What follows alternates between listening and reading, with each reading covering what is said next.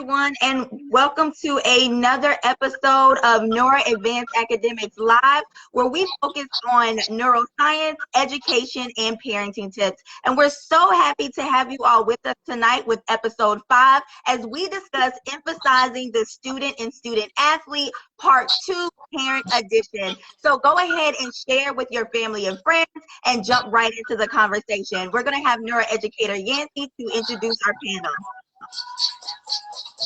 Yes, thank you all and welcome again. I will go ahead and introduce the panel. First up, we have Miss Marlene Sanders. Marlene Sanders is mother of Miles Sanders, NFL Philadelphia Eagles. Hello, Miss Marlene, and thank you for joining us. Up next, we have Miss Donna Cookie Ridley. Miss Donna is the mother of DJ Moore. DJ Moore is the NFL North Carolina Panthers and Imhotep alumnus. And next we have Mr. Robert Matos. Yes, thank you so much. Up next we have Mr. Robert Matos. Mr. Matos is the parent of Yetur Matos. Mr. Matos also has coached for 25 years. He has 3 other children who also attend prep school and play multiple sports. Mr. Matos is a very busy father, yes. And also we have Miss Debbie Toney-Moore. Miss Debbie is the mother of Shaka Toney. Shaka Toney is the NFL draft prospect. He also attends Penn State University and Imhotep alumnus. Thank you, Miss Debbie, for joining us. So we will jump right in with our first question. Our educator posing. Shaka Toney is the NFL draft prospect. He also attends Penn State University and Imhotep alumnus. So tonight we're going to jump into question number 1. And jump right in with our first question. Our educator posing. And so our first question is, how would you all define a scholar athlete? So tonight we're going to jump into question number 1. And am I not here? Yeah. And so our first question is, how would you all define a scholar athlete? So if you all hear, it's echoing. I can hear it 3 and 4 times. Yeah, and so if everyone can mute their mic, that would be great.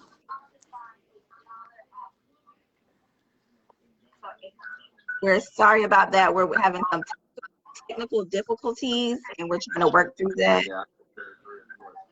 It's a back feedback, so if everyone can mute their mic, that would be great. All right.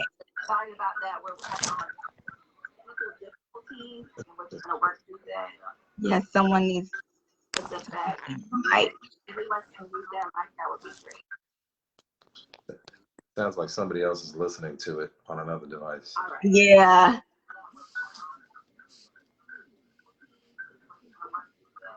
Yes, someone needs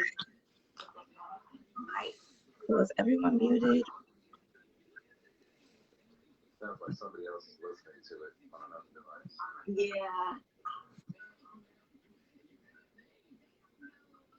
All right, so we're going to go ahead and proceed forward. So let's start off with question number 1. So how would you all define a scholar athlete? I'll go ahead and jump in. So for me, the definition of a scholar athlete is twofold. So it's a young man or a woman who has the potential both physically and athletically to achieve at a high level in both academics and sports. But the second part of that is them being committed to do so, right? So you can have all of the potential in the world, but if the commitment is not there from the scholar athlete, then the potential ends up going nowhere. So I think there's 2 parts to it. It's someone who definitely has the ability to achieve at a high level in both of those areas, and also puts the commitment behind it to make that happen. And I would just like to add on that one of the things that you learn about being a scholar is that you're someone who wants to learn, whether it's on the gridiron, on the court, in the classroom, in your community. A scholar athlete is someone who consistently learns and wants to be better and want to learn more, do more, and apply what they're learning to pursue their interests and their passions.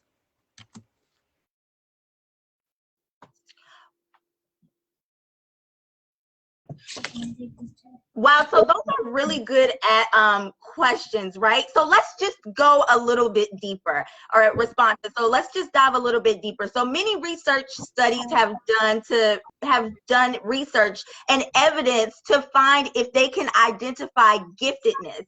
Could you all tell at an early age that your child was gifted? If so, what did you all, or how did you all cultivate that gift?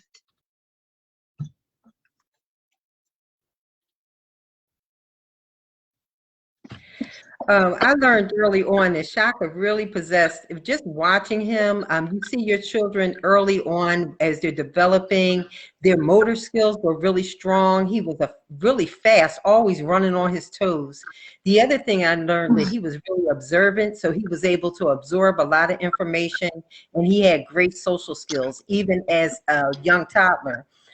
So I realized that these were really strengths. So one of the things that I always try to do is make sure that they were well-rounded, take them on lots of activities, and just seeing what really he had an interest in. And exposure was really crucial to his development, making sure that all my children had exposure to a lot of activities. Then once they started gravitating to it, I made sure that, it was reinforced with positive reinforcements.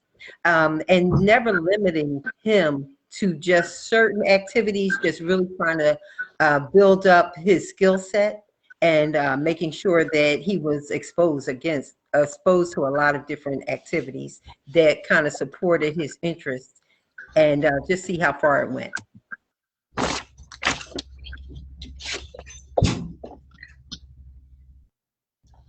We can't hear you. We can't hear you.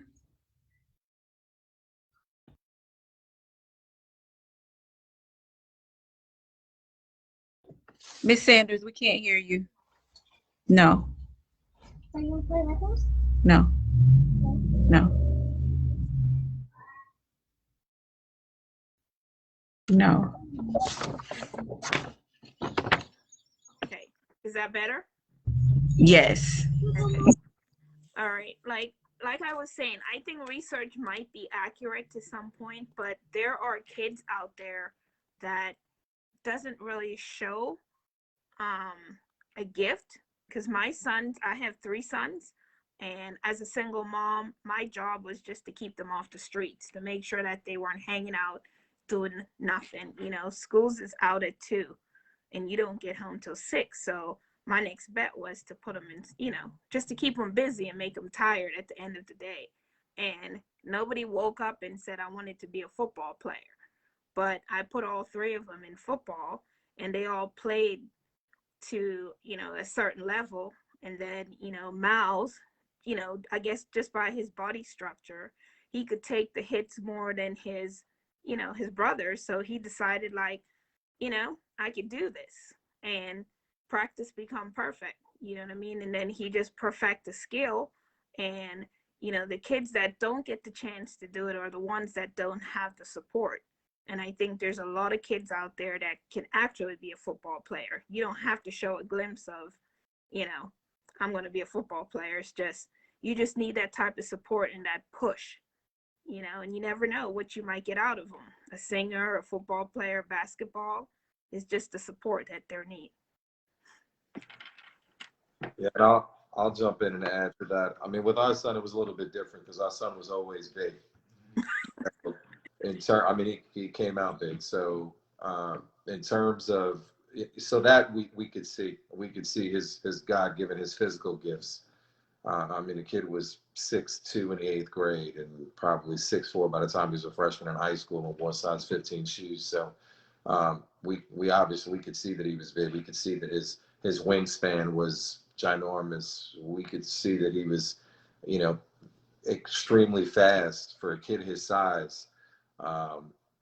And once we started seeing more of that and seeing him mature some, yeah, at that point, we thought he could be special. And so, you know, to Mars' point, at that point is when we started to nurture that, right? We started to give him more.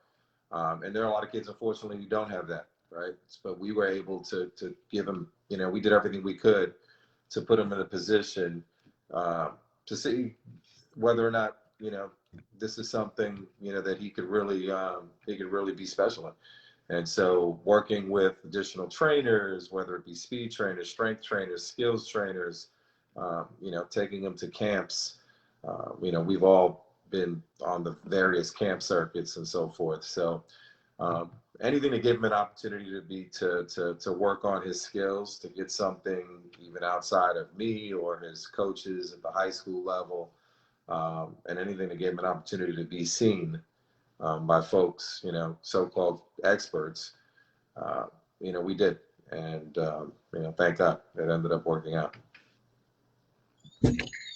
Yeah, so that is amazing, and just congratulate you all as parents for stepping up and giving that exposure. So some of the key things that I heard was definitely exposure, commitment on both the parents' part as well as the athlete. I can see that plays a great role, that support, creating that support system for them, so that way they're able to be pushed and they feel that push towards greatness. All right, so moving on to our next question. The dominant narrative situates Black collegiate athletes within a mind-body duality, only valuing them for their athletic abilities and not their academic capabilities. How did you help your child defy this narrative? I'm definitely going to jump in on this one. So, you know, it's interesting, right? So we hear a lot of things around the whole, you know, shut up and dribble, you know, type mentality and so forth. And you know, and I actually know these young men, you know, I know the moms and I know the young men who belong to these moms, and having been around them and spent time with them. And it's just important. I think I know it's always been important for my son, for people to recognize that he doesn't just play football. And so, and I think that's too when we actually saw a maturity in him, right? Because we always had to push him academically. It wasn't necessarily something that, you know, he may have accomplished on his own. We constantly had to push him and obviously hold him accountable and set expectations. But when he got to Penn State, you know, he started to hold himself accountable. You know, he knew I could do well at whatever I want to do well at. And that's basically what he said to me. He said, you know, Dad, he said, I succeed at whatever I want to succeed at. He said, when I don't do well, Dad, it's because I don't want to do well. I mean, which was, you know, a pretty bold statement, because, you know, lucky I didn't get upset at him, which means you don't want to do well. But, you know, that being said, you know, he was being truthful and honest, and he was excited and proud when he shared with his mother and I his successes. You know, in high school, not so much. So I didn't come home and say I got an A on this paper. Like, he got it because he needed to get it and he kept it moving. But in college, it was really important because, again, that's when he became more high profile, more people started paying attention. And obviously it was all because of football. But, you know, he didn't want people for a second to think that he couldn't articulate and he couldn't, you know, represent himself outside of football.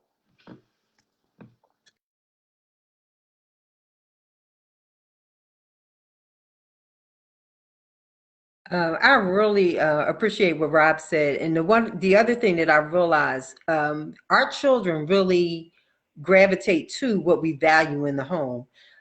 Education was always for us. It was just like given. You weren't going to be a C student. You weren't going to be average. And if you could work, you didn't have to put the effort in to be a C, to get a C. You're going to put the little extra effort in to get a B. And all the time, their passion may come in before the academics, but even early on, you have to create an environment that doesn't cost $1 to pull out a book and read to your child, making sure that you have great conversation and rich language. If you don't have it, you have to put yourself around people that have that same like-mindedness. Create opportunity for them to show that they can shine. A lot of times we cheer very loudly when we're in the stadiums and when they're doing things on the court, but they need us to cheer loudly when they're getting a good grade or they struggle really hard when they try to accomplish a hard math problem or a science.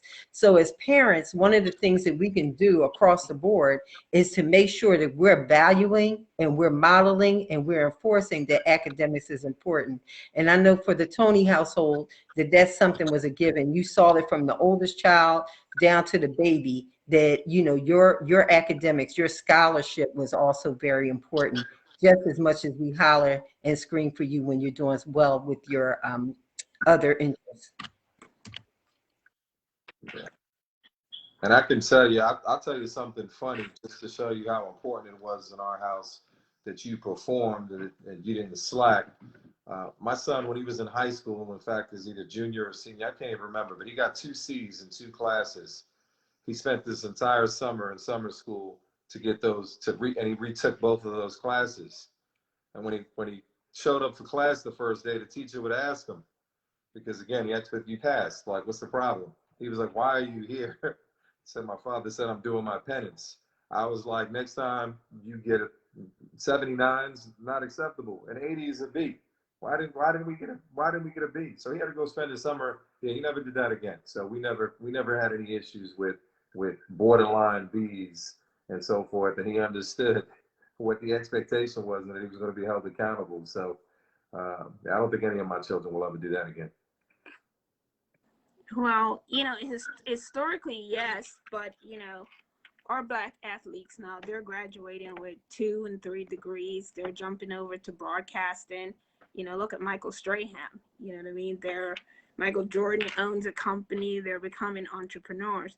And I know in my household, my sons, they always like nice things. And, you would be surprised what you can do on a $50,000 income. But, kids used to always think that they're rich. And I'm like, they're like, my mom is not rich. And, my kids, it's a curse now because now he likes shoes. But, they always want the Air Force and, and being a single mom, you have to be mom and dad at some point. So I used to threaten my kids, if you want Air Forces, then you have to bring A's. You bring a D home, we're shopping at the dollar store. And they'll tell you that's a true story. And, I stuck by it. It's like A stands for Air Force. You want it, you got to earn it, And a lot of parents think just because your son might be a good athlete, that's going to get him all the way in school. It's not. When you get to that next level, everybody is the same as you. It doesn't matter, if you came out with all A's or all B's. Everybody's starting from fresh. And I think that's one of the and that gets into your next question, the misconception, of what you think you should know to get to the next level. So these are really good responses. I really like A stands for Air Force. I also like the common theme, expectations, accountability, scholarship, valuing and modeling academics. And so really what we're hearing here is how much you all supported your scholar athletes. So that's going into the next question. Explain the connection between academic success and the role of social and emotional support in scholar athletes as a parent. So I can jump on in that since I was kind of getting into that. So, you might have a star athlete that, my son was always good at, his skills. Like, I never have to worry if he's going to do well. But, so then you go to the next level. You're at Penn State, and, which is where he went, and you learn that, okay, I'm starting from fresh, You're going in with the chip on your shoulder. I'm a 5-star, I'm a 10-star, however long the stars go, so you have other, boys that are there and they're feeling like, well, I didn't have that, 5 stars. But when you go in, that star doesn't mean anything. And then you go in and you have to get to a humble level as to where, I might not be starting, So the emotions kicks in. So then you start to think, okay, did I make the wrong decision? you know? So as a parent, you can't join on the bandwagon and, you know, hyping your son up. Yeah, we should leave. Yeah, this is not the place for you. You know, you have to teach them to let things play out. You know, sometimes the way we map it out is not the way it's going to happen, you know. But if you as a parent are hyping the kid up and, oh yeah, we should just leave, you know, just do this, that's not a good example. You know, you're not being a good example. You have to. I made sure I was at every single game, in the rain, sleet, and snow. I've never missed a game since COVID, because I knew my son needed me when he got off the field. You know, whether he got in for 2 minutes, 5 minutes, 10 minutes, because, you know, that emotion kicks in, and you have to make sure you're there to support them. And you have to teach them that, you know, the race is not given to the swift nor the strong. It's to the person that endures to the end, because everybody's journey is different, you know. And as, you know, a parent, you have to teach them that sometimes, you know, your journey is totally different from the guy in front of you, you know, because if not, that emotion will kill a kid's dream, make him feel like, okay, I shouldn't have came here, da da da da da, and so on. So it's just being there as a support system, and not just, you know, going along with what the kid says. You know, God puts you in a place where you need to be, and then there are kids that need to transfer, but you just have to go, you know, be that support for him. Yeah, and I'll just add a bunch of things, because I agree with everything that Mar just said. But, you know, when you talk about how important the emotional and the social support and so forth is, in terms of academic success, right? Every kid that came to Penn State, for example, and obviously the three of us, all of our boys attended Penn State, comes from a different academic situation, right? And whether it be, you know, a public school, you know, a high-level public school, or maybe one that struggles, you know, a prep school environment. So, you know, when you walk in that door, you know, that first day at Penn State, and now you're dealing with these, you know, college level type courses and expectations and freedoms that go along with, you know, no one's telling you when you missed homework, or you know, you didn't come to class, or, you know, you did poorly on a test. You want to find out at the end of the semester when you get your grade, and it's, you know, it's what it is, right? So you have to learn how to figure all of that stuff out. And then again, if you're starting behind because maybe my whatever I learned in math wasn't up to par, or in English or whatever, you know, you've got to find out how to make up those deficiencies. And so the structure, you know, structure is very important. You know, I know for my son, the structure that Penn State put in place, you know, did help him. I mean, not everything was perfect, and not everything was wonderful all the time, and he had his issues with certain things, but the structure did help him. All right, holding him accountable, you know, making sure that he was certain places and he got certain things done, and then the big part of it, the emotional support, you know, to what Mar was saying. I think my son will be the first to tell you that if his family wasn't there and his circle wasn't as tight as it was, that he wouldn't have made it. He wouldn't have made it through. I mean, there were plenty of times when we had phone calls, or he was on the phone with his mother, and he was like, I'm good. Like, I can't do it. You know, I want to go home, or whatever, for a variety of reasons, you know, not just academic, social, whatever was going on. So the support was so important. The balance that we created, you know, keeping him grounded, not always telling him what he wanted to hear, but telling him what he needed to hear, you know, because, you know, you call home and you start complaining, and we chime in. It's like, oh, you're right. The coach is a jerk. Yep, the school is stupid.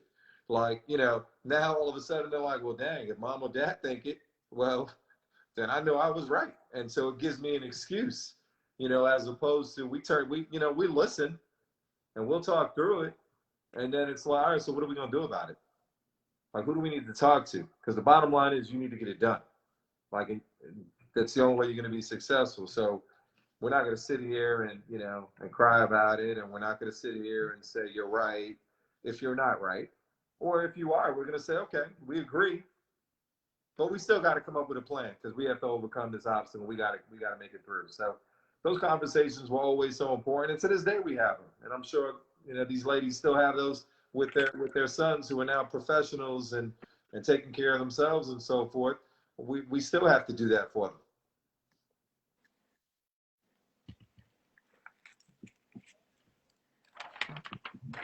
Yes, so thank you so much. I love these tips that you all are giving. Another one that kind of it jumps out is support. That word keeps coming up. So to parents that have scholar athletes that are moving along this progressive process, support. Remember, support is the key. Consistency, keeping that balance, and giving them what they need, not what they want all the time. Not allowing them to give in, but to give them that push that they need, that gentle push that they need, that loving push that they need to continue moving to greatness. So thank you so much for those comments. This conversation is amazing. And if I could, I'm sorry, do you have to move on? I did want to add, one of the things that I really realized when you talked about partnerships, one is you have to know your child and nurture those. Shaka is a real leader.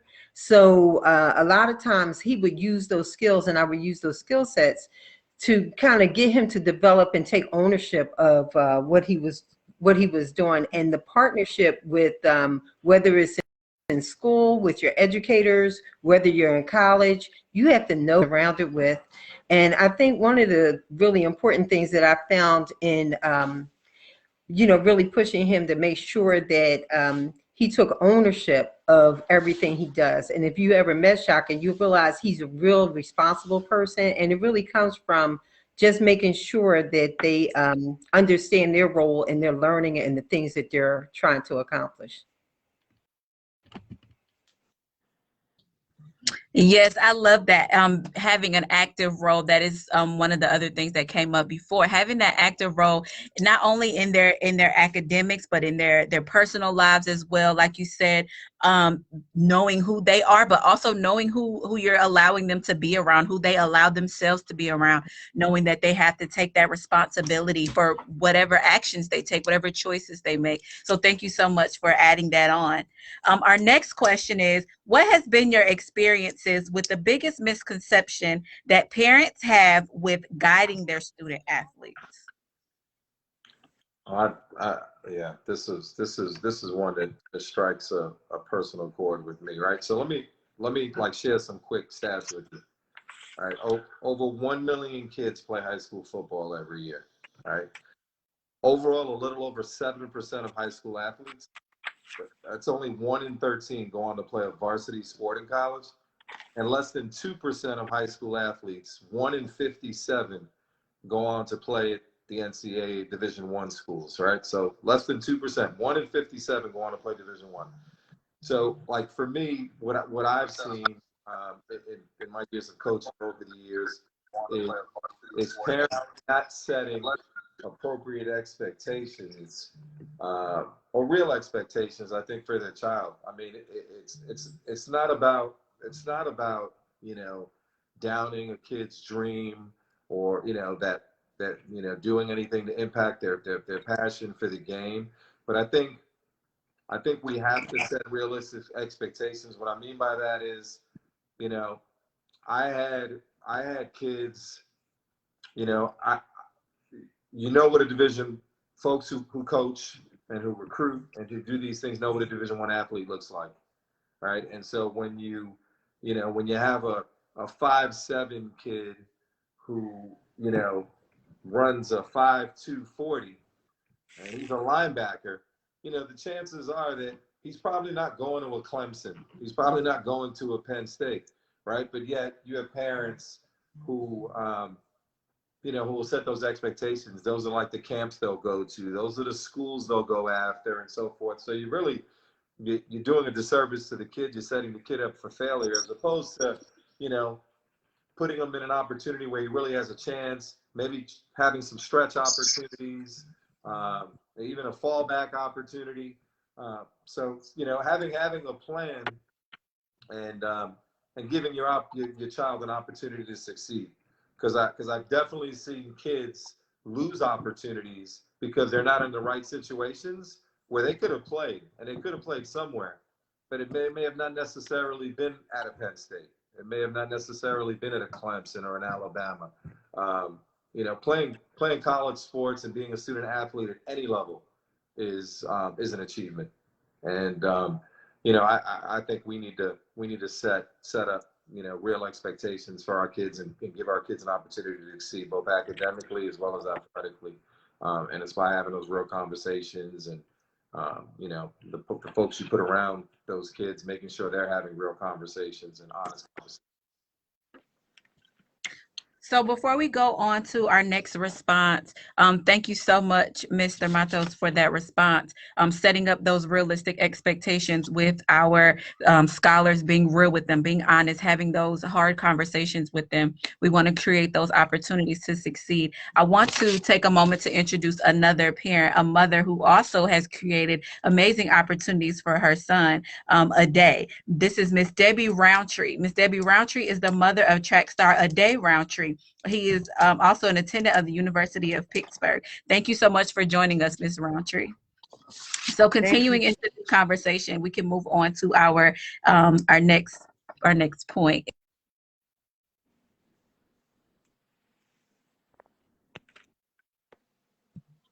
So I think let's open up. Let's see if anybody else wants to respond to that last question. So if anyone else wants to respond to the last question on what has been your experiences with the biggest misconceptions that parents have with guiding their student athletes.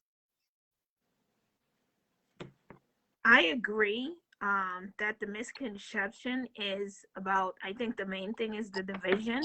You know, a lot of kids believe that if you're not a Division I athlete, that you can't, you know, why even bother going to college? And, you know, and I think that's, I've seen it, you know, in my son's school. He went to Woodland Hills, and, you know, there's a lot of times that, you know, you do things for different reasons, and playing football is, it's a privilege, you know what I mean, for some kids that are coming from different, like you said, broken households. So a lot of kids do that because, okay, I want to get out of here, get my mom out of here, this type of stuff. So, but, you know, that was never the reason why my kids were playing football. You know, it was always, it's a sport. This is what you like. You know, you want to fulfill your dream. This is what you need to do. You got to do A plus B equals going to college, studying, getting the grades, playing football, gets you to college. And then from that point on, you know, it gets you to the NFL or wherever it is that you're going to go. But I think, you know, a lot of kids just feels like I'm a failure because if Penn State doesn't call me or Pitt doesn't call me, you know, if I go to Slippery Rock, you know, and we need to teach our kids, it's not how you start, it's how you finish. You know, it's Tom Brady was drafted, 6th round? And he has more rings than people that were drafted 1st round. You know, so it's not always how you start, it's how you finish. And as parents, we need to support our kids that if you work hard for what you believe in, you know, you'll get to where you need to be. And that's for athletes, singers. Fantasia was not the American Idol winner. You know, it's just little things like that. We have to teach our kids. We can't be the type of parent that is so cocky. Well, my son, you know, he's this, he's that, he should get the ball. We have to teach him so that humbleness can, you know, start at a younger age.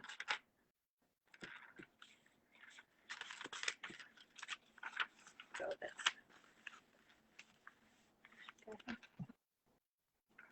Would anyone else like to add on to that last point? I'd just like to say that for myself, you can hear me, right? Yes, ma'am. Yeah, okay. I'd like to say that for myself and my son, one of the biggest misconceptions that he had was that all he had to do was be good in the sport. to get into school. He didn't realize that academics were important. He didn't know anything about the NCAA, their rules, their regulations, their guidelines. And so as a result, he didn't listen that first year, ninth grade. All of those years are important, 9th through 12th, because you have to have your core subjects. You have to have a certain grade point average. And if you don't have those, you can't move on. And that might even determine, even with your ability, what division you go to, Division 1, 2, or 3. So I think that was a big thing for him, and that I try to, let other folks know that they need to know just how important academics are from the beginning to the end. And Imhotep, we say ashe, and that means I agree. One of the things that I really realized that early on, all the way from Little League, when he came up through Imhotep Charter High School and Penn State, there was a priority that you had to set to really get to where you needed to go. And it's academics, it is community, and it is athletics last.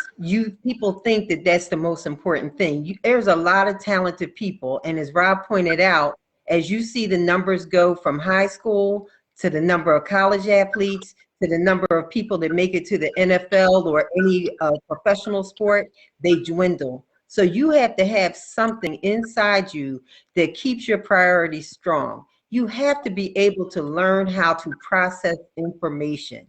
Regardless if you're the most talented, you have to be able to understand that there's a sense of community, that you don't do this by yourself. And then your athletics, you're going to see as you start out, there's a lot of people in Little League. You're competing at Little League. You're going on to high school. You're in a bigger realm. Then you have to compete to go to college. And if you're talking about going to the pro sports, the numbers dwindle even more. So if any parent on this call thinks that their child is going to make it just because of athletics, the thing that I've admired most about my son is he understood that he was a part of a larger organization. He respected his family. He put his academics, even though it might not have been the fun thing for him to do, he understood that he had to take care of business before he got on that field.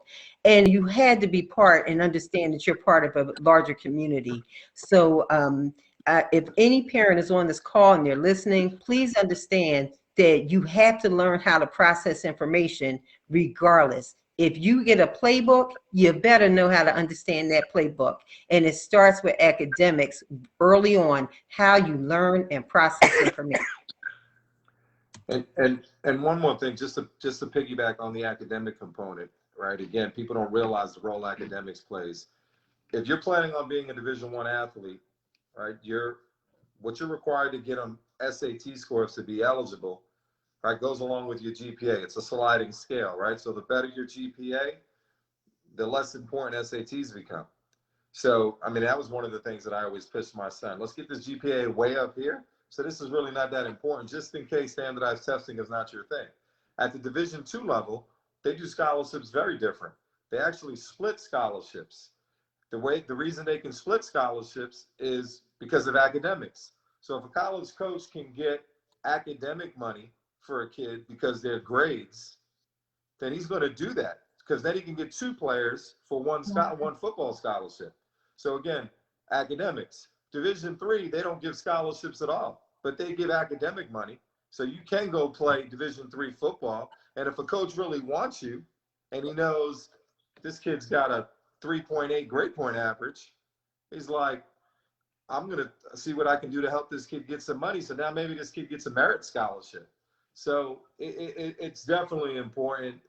It helps with all 3 levels.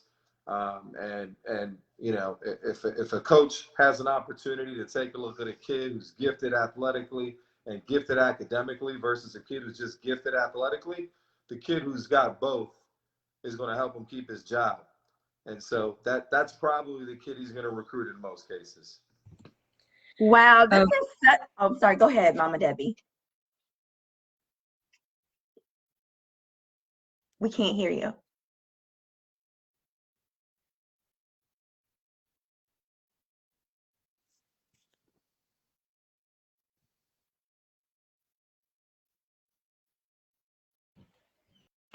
Okay, so this is a great conversation.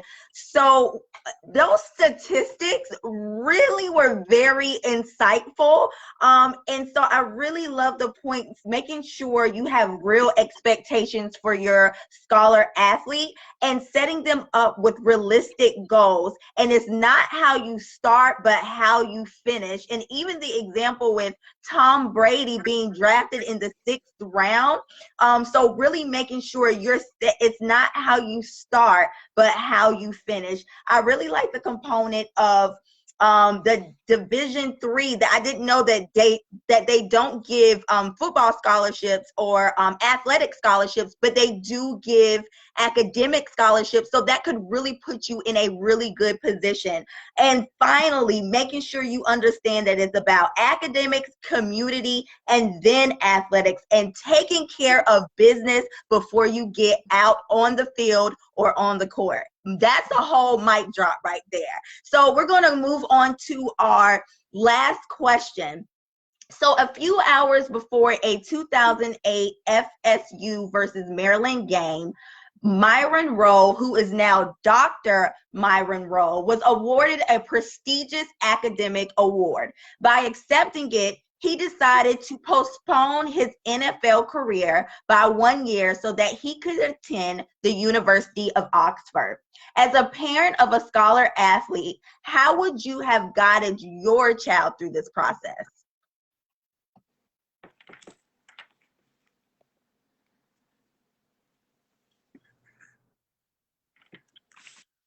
Okay, so I have a similar situation. So my son left his 3rd year. He didn't graduate, and he promised that he's going to finish his graduation. So I'm holding that too. But his final year, he decided that he wanted to come out, as a junior and enter the draft. And it was building up for months and months. And as a parent, you want them to get that paper. You want them to, to always have that backup. But he kept trying to, make me believe like, Mom, I'm betting on myself. I know what I can do. And I know what he can do. Because when it comes to skills, Miles is always the top. He does it. He makes it look easy.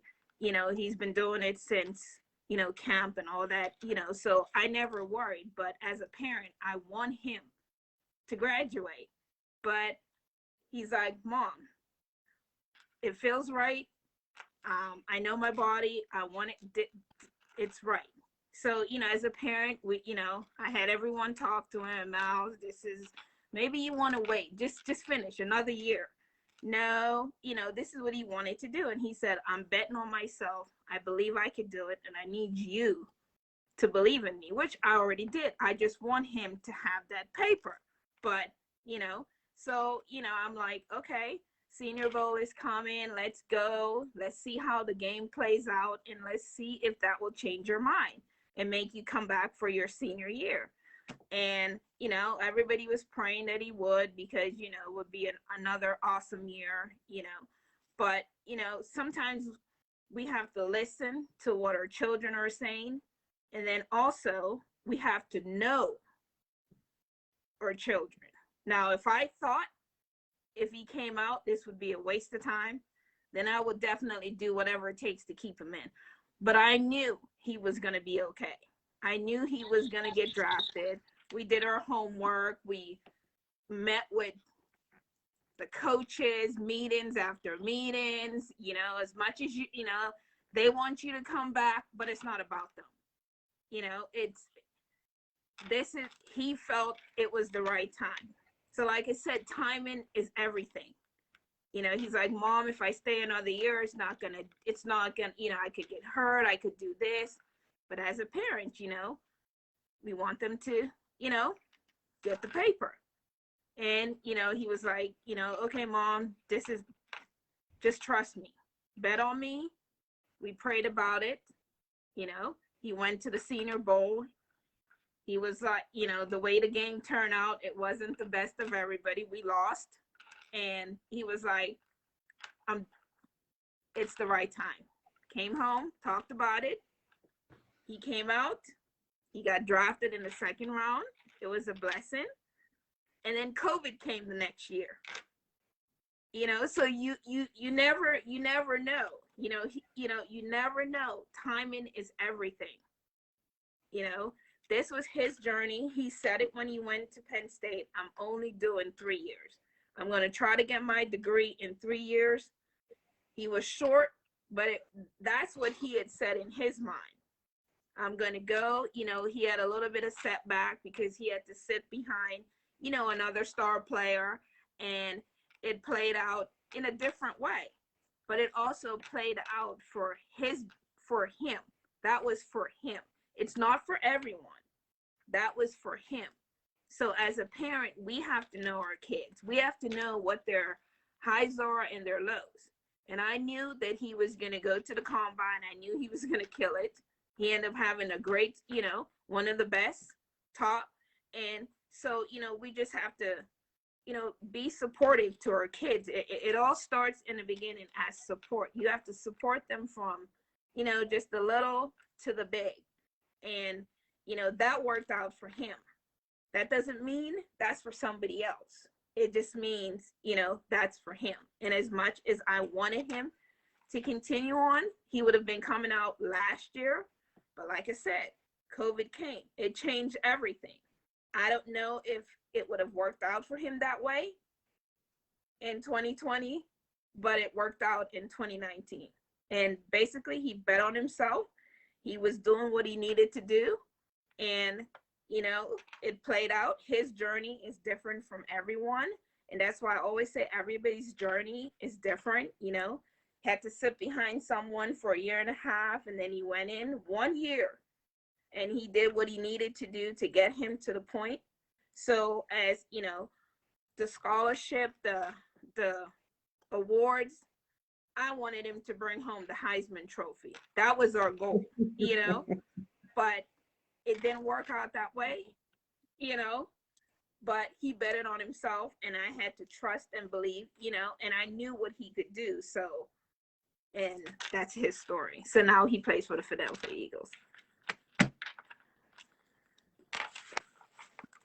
Yeah, I'll jump in and preface this by saying that Monroe clearly made a great decision. Actually, my wife and I were recently watching some special on him on the amazing stuff that he's doing.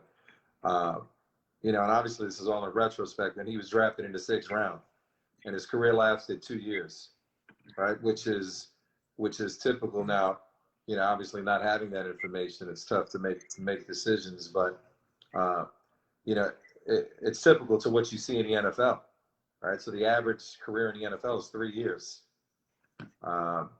You know, so you're talking about a prestigious, you know, fellowship to pursue a career that, you know, obviously is something he could do for the rest of his life, and also bring him a financial windfall. But, you know, that being said, you know, to Mara's point, you know, you really have to listen to what your young man is saying, right? Because the reality is, at this point, they're young men, and honestly, they don't have to listen to Mar, me, or anybody else, right? They can make their own decisions. The nice thing is that our children still listen, and they process, and they might not always agree, but we do know that what we're saying is impactful and that it's being considered, and that's all we can really ask of 21, 22, 23-year-old young men who know everything in the world typically, right? So we're blessed that our children at least give us that. You know, so and for our son, it was a similar situation, and I look at it from a little bit of a different perspective too, in that, you know, why do we send our kids to college in the first place, right? It's so that they can have a career, so that they can earn money to take care of themselves and take care of their family and be productive members of society, right?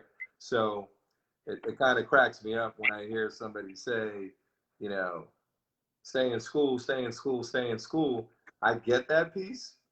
But if IBM came along and offered your freshman in college $10 million to design a computer, are you going to tell them to stay in school? Or are you going to tell them, you know what, we can finish that up while we get the $10 million? Because this is why I sent you to college in the first place.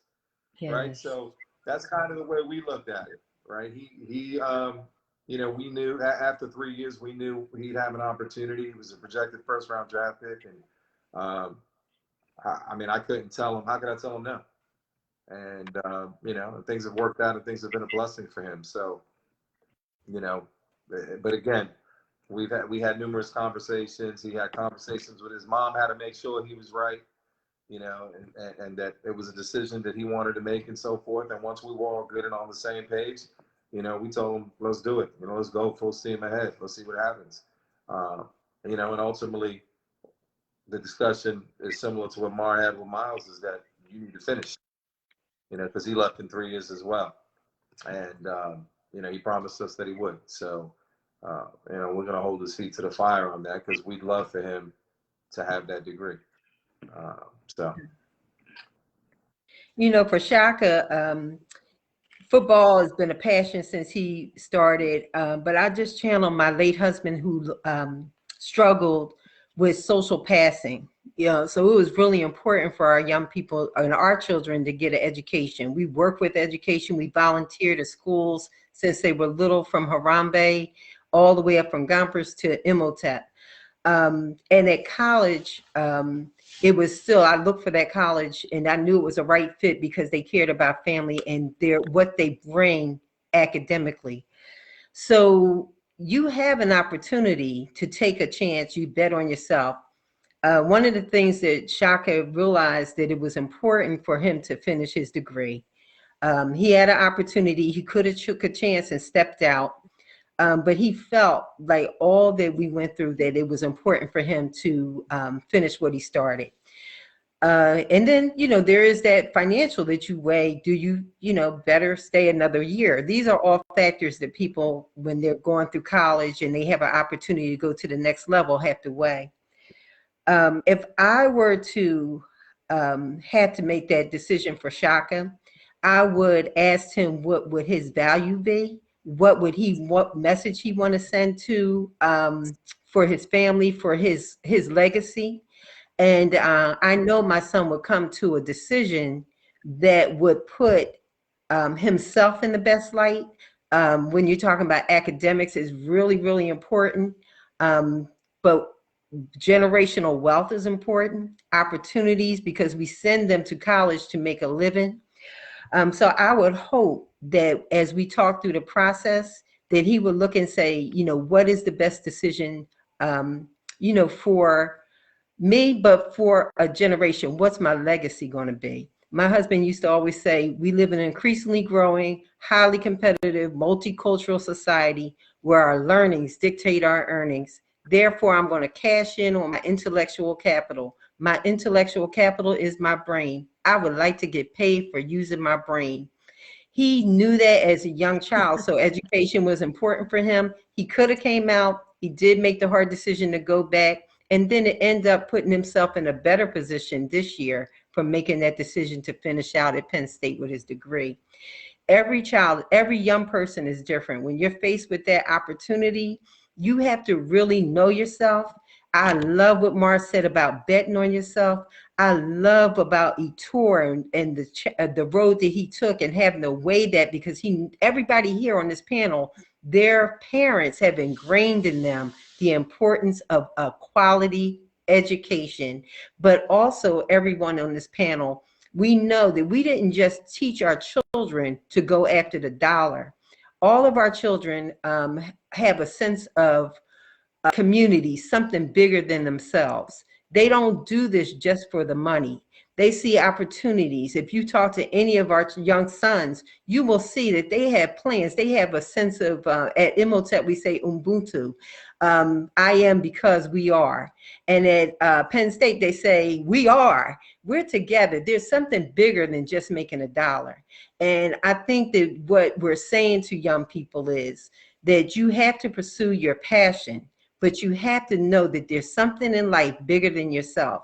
And academics, scholarship, community, family, those are all important values. And if there's any parent here that they're just putting the idea of becoming rich and making money, they're missing this whole journey about being a scholar athlete. Discipline, the academics, because you have to know how to think and reason. You can't just come in there and if you don't know how to read and you're going to think you're going to look at them X and O's and that thick playbook that they give you, you have to know that there's no longer room for an athlete to come in to high school. You got to be able to clear the NCAA. You have to be able to connect. They're looking at thousands of young people around the nation. What is separating you from coming in here and being an athlete? They want something different. At Penn State, you represent something more than just the athleticism. There's community involvement. So parents really have to understand that when you're talking about your young people and you're cheering them on in those stadiums, you better be cheering them in the home. You better be cheering them when they're in them books. You better have a partnership with that school. I don't care if it's from elementary to college. You need parent partnerships with the people who are responsible for educating your children. And if you're not a parent that's really strong on academics, you have to realize and value the power of your village. No matter what level these young people start on, they have to be able to connect something bigger than themselves than a paycheck. Because as Rob said, sometimes careers are only as short as a year, 2 years. Some people make it in the draft, then they get cut. You have to have a strong resolve and you have to know yourself and have something better than just a paycheck. And I think that's what a lot of families here that make it to that next level, that they understand that there's something different. There's something more tied to this that gives you a sense of purpose throughout your life.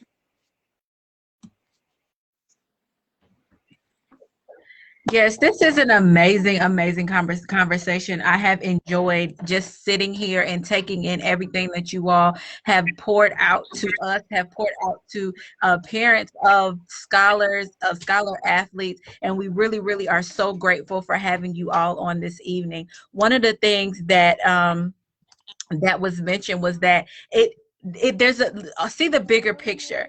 And one of the things that Mr. Roberts said that really stuck out to me was to know your why when you're going through this journey. Always know your why. Set your why and remember that. Focus on that as you're going through this journey. And it makes making those tough decisions a little bit easier. Not easy, but just a little bit easier. Just to give you something to remind yourself of why you're doing it. Multiple of the panelists stated that the reason why we send our children to college is for opportunities, is to make something of yourself, to get a career, to start yourself, to be a productive citizen. And when those opportunities present themselves, will you take the opportunity is the question. And to be able to answer that question, you must know your why. Why are you doing this? Is that the opportunity for you? Why are you doing this? We'll answer that question. Is this the opportunity for you? Is this the right time? So thank you so much for pointing that out. And to understand, to be knowledgeable of your sport, to be knowledgeable of your passion. Ms. Roundtree, thank you for pointing that out.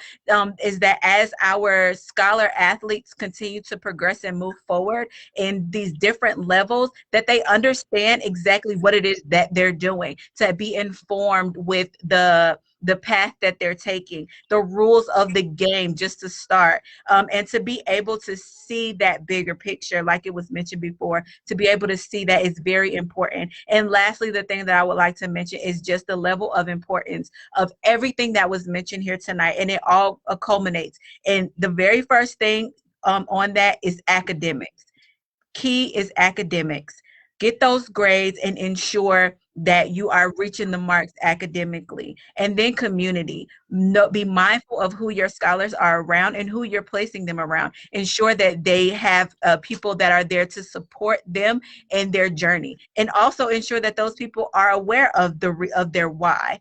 And lastly is athletics, because we all have begin to understand that talent can only get you so far. You have to have those academics. You have to have that support and accountability. All of those things are so amazing. Thank you all so much for your tips that you have given us. Thank you so much, you all, for sharing your time with us this evening.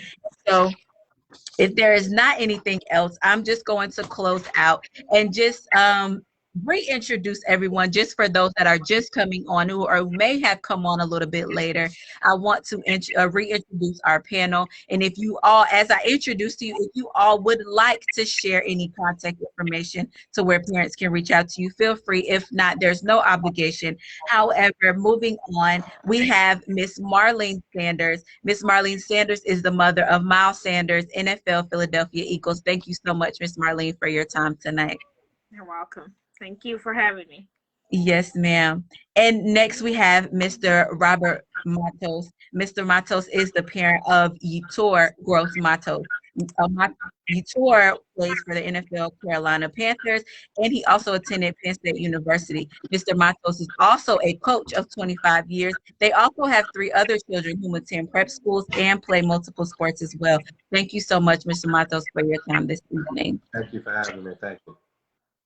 And we also have Miss Debbie Toney-Moore. Miss Debbie is the mother of Shaka Toney. Shaka is the NFL draft prospect. He attends Penn State University and is also an Imhotep alumnus. Thank you so much, Miss Debbie, for your time this evening. And I just want to introduce this powerful woman, Mama Ade Roundtree. She also hails from Imhotep. And if you give us a minute before after Mama Debbie introduces herself, I do have an announcement that I want to make on behalf of this powerful forum that you're doing here for not only our community, our country. Mama Debbie? Yes, ma'am. Yes, we have Miss Debbie Roundtree. Miss Debbie Roundtree is the mother of track star Ade Roundtree, and he is an attendant of the University of Pittsburgh. Thank you so much for your time, Miss Debbie Roundtree. Thank you for having me.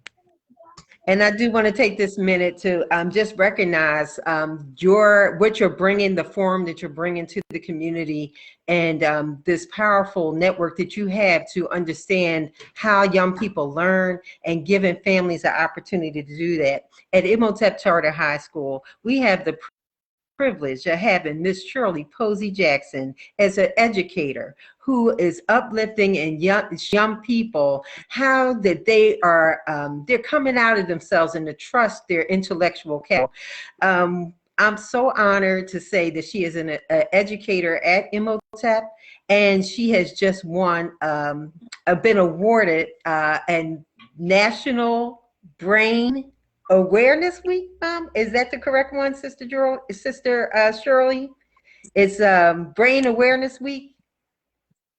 Yes. She is one of few African Americans that hold the honor of actually presenting her work internationally. And